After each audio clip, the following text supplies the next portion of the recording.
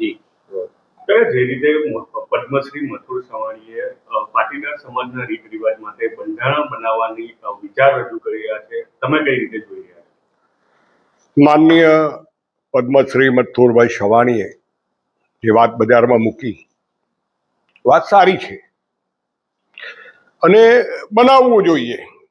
અને એક જ સમાજે બનાવ્યું છે, ઠાકોર સમાજે. એના રાજકીય રીતે કોંગ્રેસ તરફી જુવાળ જોવામાં આવે છે. બીજું કે અત્યારે શું જરૂર પડી પટેલ સમાજને? પટેલ સમાજની સાથે બધા જ સમાજ ચાલતા હોય છે. પટેલ સમાજ છે એને બંધારણની આવી કોઈ જરૂર નથી. અને કોના માટે બનાવવું છે? કોના કહેવાથી આ બંધારણની વાતો કરે છે? અને શું જરૂર પડી ગઈ? પટેલ સમાજના દીકરાઓને માર્યા ત્યારે આવું કહીને જેલમાં પુરાવા માટે જે ગયેલા એ જ નેતાઓ આજે બંધારણની વાત કરે છે. સમાજના અગ્રણીઓ પોતાના માટે, અમારા મથુરભાઈ સવાણી સાહેબે લાડવો કર્યો તો મારા જ ખેતરમાં હતો. હજુ લોકોના ખેડૂતોનું પેમેન્ટ બાકી છે.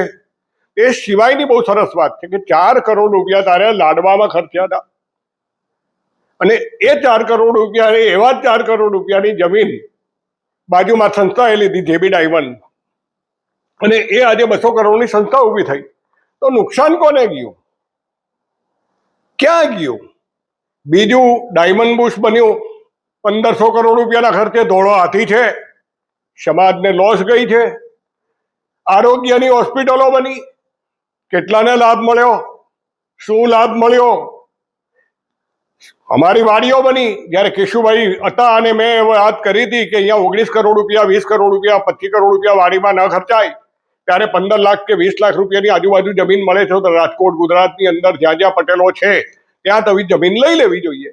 પણ નહીં, એક સમાજનું મોટું આગેવાનનું ટોળું, અમારા મિત્રો, એ લોકોની જીદ, અને એ લોકોની જીદના કારણે આ વાડી બની કતારગામની, જેમાં હું ટ્રસ્ટી છું. એના હિસાબ પણ માંગ્યા છે. એની અંદર હું નીકળું તો એ બધા જાણે છે.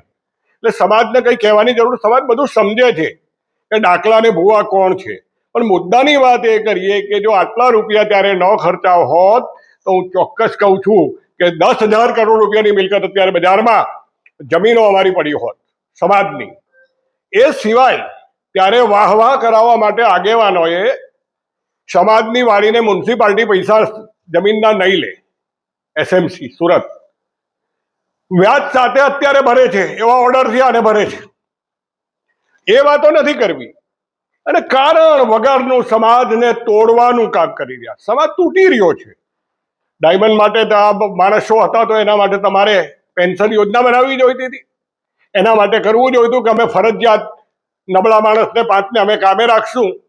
પણ કોઈક રીતે પોતાને મોટા થવા, પોતાને સમાજના અગ્રણી બતાવવા, અને કોઈકના કહેવાથી, હવે કોણે કહ્યું હશે, આ કાથી સપનું આવ્યું? માનો કે એક વાંજીઓ હોય અને એને સપનું આવે કે મારે તો 12 બાળક છે.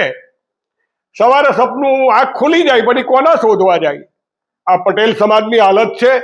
શૈક્ષણિક સંસ્થાઓના નામે આવ્યા, તેમાં પણ કશું નથી થયું અને આમાંય નહીં થાય. મારી તો બહુ સ્પષ્ટ અને ચોખ્ખી વાત છે કે આમાં કોઈ રાજકારણી માણસે પડવાની જરૂર નથી. આમાં યુવાઓને બહાર લાવો, બુદ્ધિજીવી માણસોને બહાર લાવો.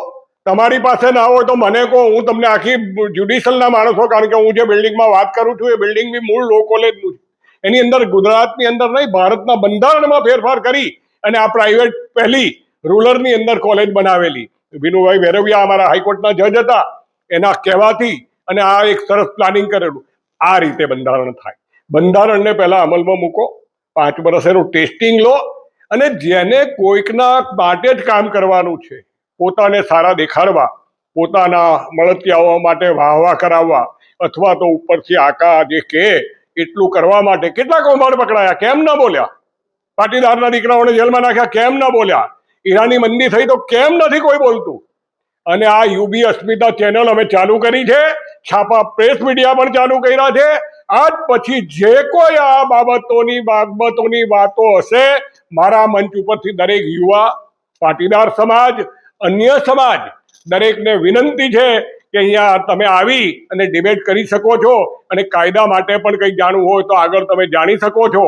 એવી મારી સર્વને વિનંતી. મથુર સવાણી તરફથી કરવામાં આવ્યો છે, જેમાં બંધારણ બાબતે એવું કહેવામાં આવ્યું છે કે કુરિવાજોથી દૂર થશે, ખર્ચ બચાવી અને જે બંધારણ બનશે તેનાથી ધંધાકીય અને શિક્ષણ ક્ષેત્રે ઉપયોગમાં આવશે. કુરિવાજ શું? તમને ન ગમે એટલે કુરિવાજ, મને ન ગમે એટલે તમે ખોટા?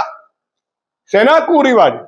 તમે કરોડો રૂપિયાના ખર્ચા કર્યા, મેં હમણાં જ કહ્યું, લાડવો કર્યો, ફલાણું કર્યું, સમાજને ગેરમાર્ગે દોર્યા, જેસીબીના હિસાબ નથી મળતા, પેલી વાડીના હિસાબ નથી મળતા. મેં તો લેખિત આપ્યું છે, રજીસ્ટર રેડી મોકલ્યું છે, ખોટી સહીઓ કરવા વાળાની સહીઓ બી છે મારી પાસે. મારા મરી ગયેલા ભાઈની બી સહી કરેલી છે એક ટ્રસ્ટ વાળાએ. મારા મરી ગયેલા એટલે આ સમાજ છે. અને ન બોલીએ એનો મતલબ એવો નથી હોતો કે તમે લોકો જે નક્કી કરો એ જ સમાજ કરી શકે. અમારે બોલવાનો વારો એટલે આવ્યો છે, અમારે ચેનલ ચાલુ કરવાનો એટલે વારો આવ્યો કે દરેક સમાજે સમજવાની જરૂર છે. Thank you.